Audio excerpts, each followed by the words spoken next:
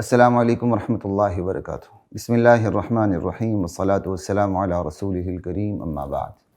خواتین و حضرات، آج ہمارے دوسرے مہمان جو حضرت مفتی محمد صیف الدین صاحب کے ساتھ رائیونڈ کی اجتماع کے لیے تشریف لائے، اور ہماری خوش قسمتی کہ ہمارے ہاں بھی دونوں مہمان تشریف لائے۔ مفتی محمد صیف الدین صاحب کا بیان آپ نے سنا۔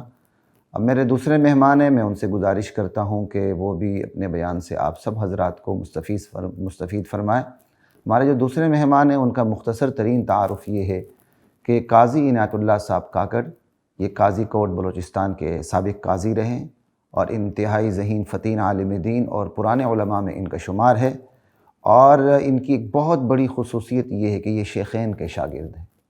شیخ القرآن مولانا غلام اللہ خان رحمۃ اللہ علیہ کے بھی شاگرد ہیں، اور اسی طرح شیخ القرآن مولانا طاہر پنجپیر صاحب کے بھی شاگرد ہیں۔ تو میں آپ اور ان کے درمیان مخل نہیں ہونا چاہتا، تو آپ قاضی صاحب کے بیان سے مستفید ہوں۔ السلام علیکم ورحمۃ اللہ وبرکاتہ۔ الحمدللہ وحدہ والصلاة والسلام علی من لا نبی بعدہ، اما بعد فاعوذ باللہ من الشیطان الرجیم، بسم اللہ الرحمن الرحیم، واعتصموا بحبل اللہ جمیعا ولا تفرقوا۔ محترم بھائیوں اور دوستو، میرے سے پہلے ہمارے رفیق محترم مفتی محمد صیف الدین صاحب، خطیب جامع مسجد سیدنا ابوبکر J11 اسلام آباد نے توحید کے موضوع پہ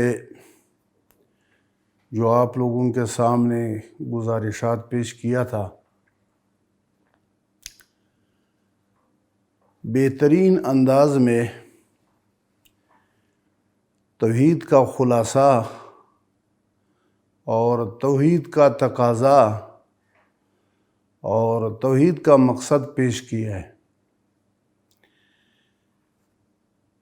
اس موضوع پہ تو مفتی صاحب نے پورا تفصیل کیا ہے، لیکن شرک سے بچنے کے لیے اور توحید اپنے اندر لانے کے لیے مفتی صاحب کا جو در تھا، جو یہاں اس مقام کا، اس چینل کا جو مقصد ہے وہ کس سے حاصل ہوتا ہے؟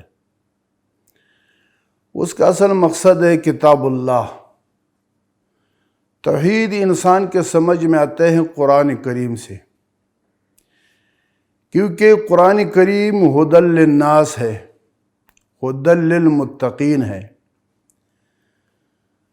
ہم نماز میں یہی مطالبہ کرتے، اہدنا الصراط المستقیم، یا اللہ ہمیں سیدھا راستہ پہ چلائے اور اسی راستے پہ استقامت نصیب فرمائے۔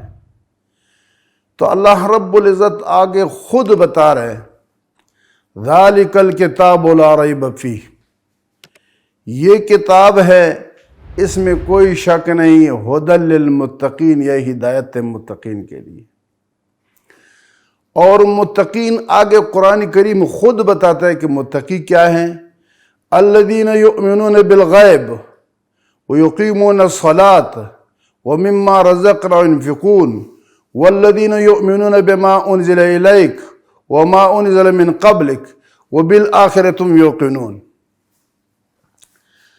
اللہ تعالیٰ پہلے ذکر کہتا ہے کہ مختصر یؤمنون بالغیب، غیب پر ایمان لانا، اور پھر اس کے ساتھ کہتے ہیں کہ ایمان کامل کب ہوتا ہے؟ تاکہ انسان کے اعمال درست ہو، بدنی عبادت، مالی عبادت، پھر قرآن کریم پہ ایمان، اور پھر اس کے ساتھ کتب سابقہ پہ ایمان اور حادث پہ ایمان، سب پہ ایمان رکھنا، اور قیامت پہ، یوم الآخرت پہ ایمان رکھنا۔ آخر اللہ تعالیٰ کہتے ہیں کہ اولئک علی ھدی من ربہم، یہی لوگ ہدایت پر ہے، وَأُولَئِكَ هُمُ الْمُفْلِحُونَ، یہ کامیاب بھی ہیں۔ جب کامیابی چاہتے ہیں جو مفتی صاحب نے درس بیان دیا ہے اس بیان کے مطابق اپنے آپ کو بنانا چاہتے ہیں تو ذالک الکتاب، اس کتاب پہ عمل کرے تو بس آپ کامیاب ہیں۔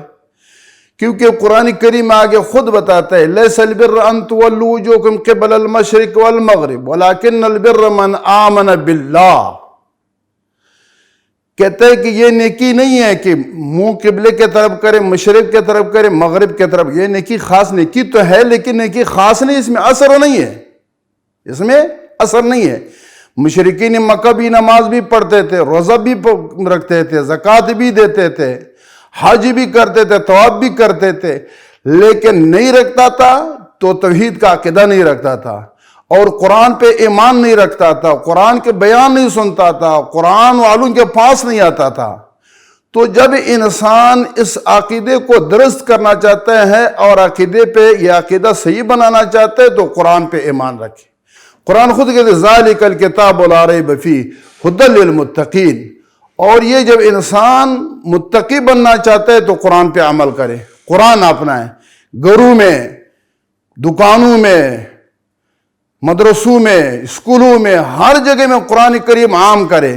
یہی ہمارے اشاعت توحید و سنت کا منشور بھی ہے، ہمارے اکابرین کا طرز بیان بھی ہے، اور ہمارے اکابرین کا محنت بھی ہے، قرآن کو متعارف کرایا اور قرآن کریم کو سمجھایا اور قرآن کریم لوگوں تک پہنچایا ہے۔ تو اس میں اللہ تعالیٰ کہتے ہیں کہ اولئک علی ھدی من ربہم اولئک هم المفلحون، اور انسانان اسی میں کامیابی ہے، یہی لوگ کامیاب ہے۔ اللہ تعالیٰ ہمیں کامیابی نصیب کرے، اور اللہ تعالیٰ ہمیں قرآن کریم پہ استقامت نصیب کرے، اور قرآن ہمارے زندگی کا مقصد اللہ تعالیٰ بنائے۔ آخر دعوانا الحمدللہ رب العالمین۔